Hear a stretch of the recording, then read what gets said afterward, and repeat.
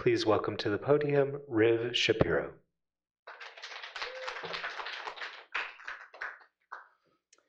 Shalom Aleichem, hello, and thank you for being here, those of you who are in the room and online.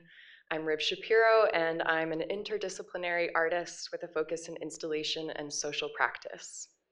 My evolving work is grounded in diasporic Jewish spirituality, political solidarity, and eco-mysticism. I'm a self-taught artist, and my practice is inseparable from my roles as educator, activist, and ecofeminist Jewish spiritual leader, or Kohenet. Judaism holds a depth of wisdom and also requires my generation's conscious participation and shaping. I feel grateful to inherit a tradition that encourages curiosity and creativity and that has adapted and evolved through millennia in diaspora. Like many American Jews, I was raised with Zionism as the key to Jewish safety and support for the state of Israel as a default. But the more I learned about Palestinian narratives, the less I could justify the consequences of Zionism. This tension motivated me to study Hebrew and Arabic at Macalester College and to study abroad at the Arava Institute for Environmental Studies, where my colleagues were Israeli, Palestinian, Jordanian, and North American. We became fast friends and also confronted our conflicting narratives head-on in a peace-building and environmental leadership seminar. Being with this amount of complexity was like a boot camp for the brain and the heart, and influences the ways I invite others to hold contradiction through my art. While I was becoming totally disillusioned with the state of Israel, my time there introduced me to Jewish renewal. This American movement, founded by a Holocaust survivor, is rooted in tradition, mysticism, song, and nature connection, but with socially progressive values and contemporary relevance. The Jewish renewal movement offered me a way to connect deeply with Judaism in diaspora, and when I finished my undergrad, I migrated to the Bay Area of California, one of the centers of this movement. I was ordained as a Kohenet, Hebrew priestess, in 2018, and worked as a ritual leader, outdoor rite of passage mentor, and digital storyteller for many of these progressive Jewish nonprofits. In 2019, I was part of my first group exhibition in Oakland, where I started to integrate my music and performance practices with visual art through film, projection, and interactive installation. Through this show, the wider Bay Area community, and online connection, I found myself in an international network of queer and trans diasporist Jewish artists. One of the people I connected with through this network is Julie Weitz, who has become one of my core inspirations. Her performance project and film, Prayer for Burnt Forests, adapts the Yiddish folk figure of the clay golem, who is animated to life to protect the community from danger. I draw inspiration from the ways Julie incorporates social practice and community-based work, fine art and performance, and deep Jewish study and social justice applications. The film exhibited at the Contemporary Jewish Museum in San Francisco, the type of institution I envision my work living in. Julie's and my practice have many similarities, and one is that they're intensely research-based. In 2021, I participated in the Atik Makers Fellowship for Jewish scholar artisans, where I developed this methodology further. The film I made in the fellowship was accepted into the Twin Cities Jewish Film Festival, and about a month later, I accepted a job at the Minnesota JCC and became the director of that festival. So I moved home to Minneapolis and served in this position for 3 years, producing arts and cultural events, including a gallery exhibition I curated on the biblical sabbatical and land regeneration. On October 7th, 2023, Hamas led an attack in Israel that killed 1,200 people and took 250 hostage. Israel retaliated with a brutal war on Gaza and escalation of violence in the West Bank. This is hard to say, but as of today, the death toll is almost 70,000 in Gaza alone, and multiple reputable agencies consider Israel's tactics genocidal. With this tragedy and its effects on my communities here, it became increasingly important to me to make work that combats binary thinking, polarization, and the dehumanization of those we see as the other. I had been thinking about an MFA in social practice for years, and especially with an election coming around the corner, I decided this was the right time. In my first semester, as the anniversary of October 7th approached, I started making installations in the main building here at MCAD. I used Kriya, an ancient Jewish mourning practice of tearing one's clothes or black fabric when a loved one dies, as the main vehicle for what has become a consistent element in my practice, abstracting Jewish rituals and teachings to imagine liberatory futures. Here, I resurrect the use of Kriya to grieve a collective tragedy rather than a personal loss, and I emphasize that all of our liberation is bound together. As I experiment formally with sculpture, I'm drawn to large-scale and suspended work for their ability to evoke a sense of humility and awe. This 12-foot suspended sculpture version of Kriya was inspired by Cornelia Parker's Hanging Fire, Suspected Arson, which I saw in Boston when I was 19. I admire Parker's use of scale and negative space to convey time and motion. My studio practice happens in the MCAD studios and facilities, in the gallery as I'm installing, out in the world, and in relationships with community and the more than human. My intimate encounters with the Pacific Ocean over winter break led to a research-based project on salt and its significance in Jewish and Muslim traditions. This is when I really started to understand how my practice moves between media. My mid-program review brought together these explorations of Kriya and salt in an installation process I hoped could imitate a transformative ritual. It was an immersive space with sound on either end, sculpture, video, and a lot of didactics. This was an important step in my process of thinking about how to guide the viewer through a space, through an experience, without live facilitation. For the public reception, I removed some of the didactics and incorporated a performance interaction with each visitor, handing them salt and fabric to engage with in the installation. As I returned this fall, I continued this exploration with an installation inspired by my research trip to Romania over the summer. I hoped to find out more about my ancestors who had migrated from Romania to Minneapolis in 1902. Instead, I found erasure, and I wrestled with how to make peace with this rupture in my lineage. I found the practice of making cyanotypes therapeutic.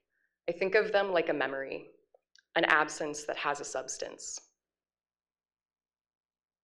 What I was able to do while I was abroad was connect the waters of my home in Miniso-Tamacoche with those in Romania through water drawing and water pouring ceremonies. I collected water from Bidei Unma in the Mississippi and offered those to the Danube River. I collected rain and river water from my ancestral homes in Romania and offered them back to Bidei Unma and Mississippi on my return. These ceremonies find their way into my work as sound, video, and in the washing process of my cyanotypes. As a ritualist interested in creating connection and honoring cycles, circles play an important role in my work. Where the rupture meets the road creates a circular space through the use of multiple projections, benches for viewing, and sound working together to define the space of the experience. I use the sound of the rivers here and in Romania, low light, and sparse repeated phrases in Yiddish to create a contemplative environment. A fan blows the fabrics and causes the shards of projection to waver on the wall. I experimented with including less of my personal story and letting my creative choices speak to core concepts. My current show in the library gallery, Never Again for Anyone, is rooted in the poetry archive written and buried under the Warsaw Ghetto. The show includes my first metal sculptures, which I hope to explore further in my thesis. I continue to look for ways I can bring education and activism together with visual art in gallery or museum spaces. I'm interested in the ways art can help walk us through difficult histories and inform our actions today. This banner is the centerpiece of our exhibition, spelling out Never Again for Anyone using pieces of Kriya and embroidered poetry from the Ghetto archive. Most of the fabric we're using was torn by visitors to one of my previous installations. Now I'd like to invite you to take part in the work of continuing to construct this banner. So please find the piece of fabric that you've received and take a moment to connect with your heart. You might call to mind a moment that you've received painful news, maybe alone or over social media. Maybe you didn't have a way to process the grief or the anger or the fear in that moment. And I invite you to find the small tear that's been started in the fabric and put that emotion into tearing the fabric. And as you do, you can listen to the echoes around you.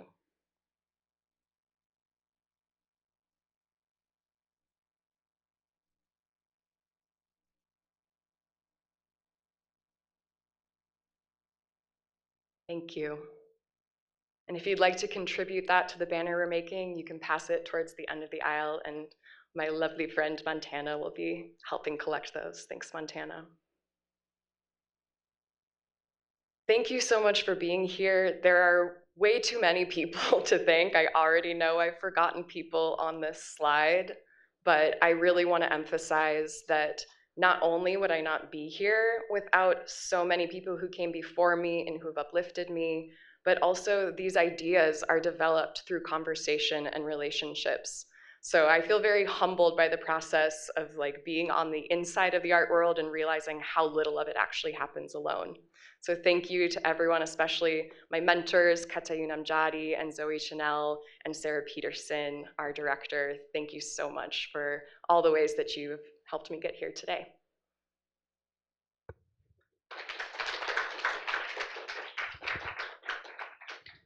Thank you so much, Riv. We have plenty of time for questions. If anything's on your mind, I would love to hear from you.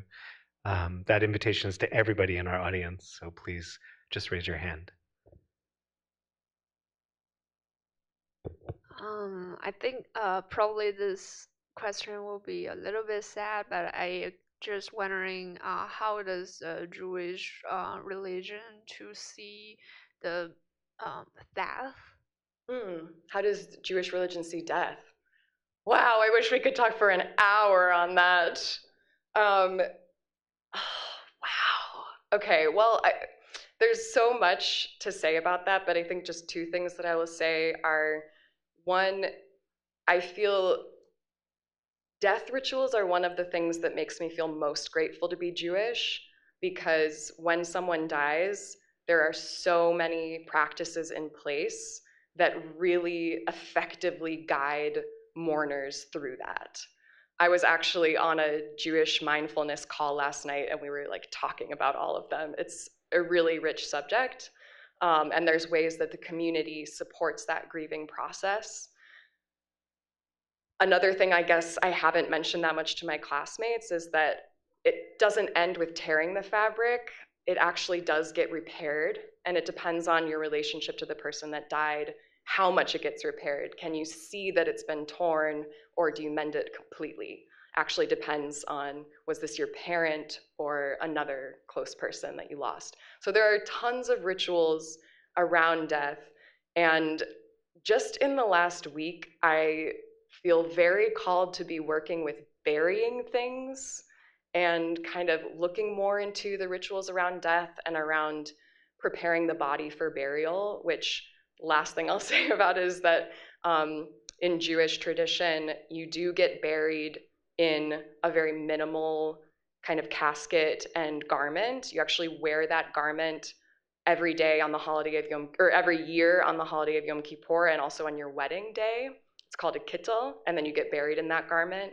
But the way that you're buried, everything is supposed to be able to fully decompose, as opposed to some other cultures that might preserve the body more through the coffin. So I guess Jews think about fully returning to the earth, and it's much more focused on how we live our lives while we're living them than an afterlife.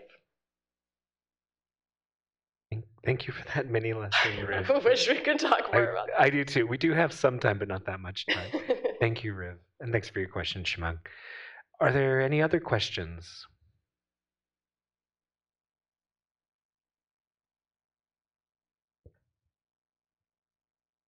So you talked about cyanotype as a memory and how you find it very therapeutic. And I also noticed that you would do some stitching onto the fabric. Would you ever think of combining both of them to making it a whole other project?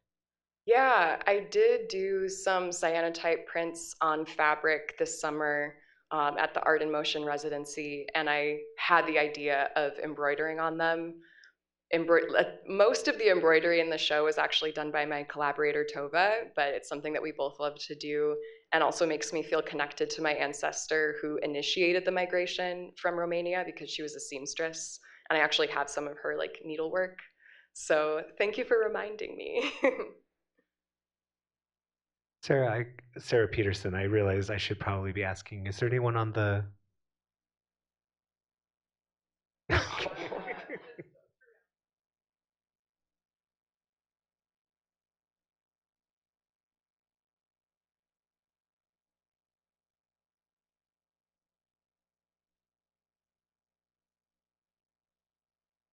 Well,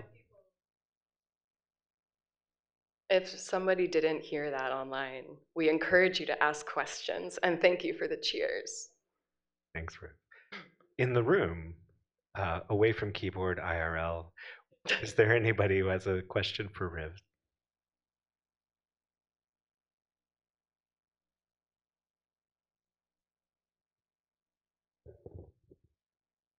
I was very touched when I saw two elderly people were sewing that fabric to make it to a phrase. So I really feel like that says more than when we do our critique in library. Uh, so do you imagine a work exists in a different way, like a performance just lasts for maybe an hour instead of a show? Thank you so much for that question. So we had my critique as a cohort on the exhibition on the first day that it opened, and that image that I showed was from the reception. We had both a public reception and a community workshop where people were invited to stitch the poetry onto the banner. And it's happened in other situations as well. It's almost done. I think it's going to be done by the 30th when we take it down.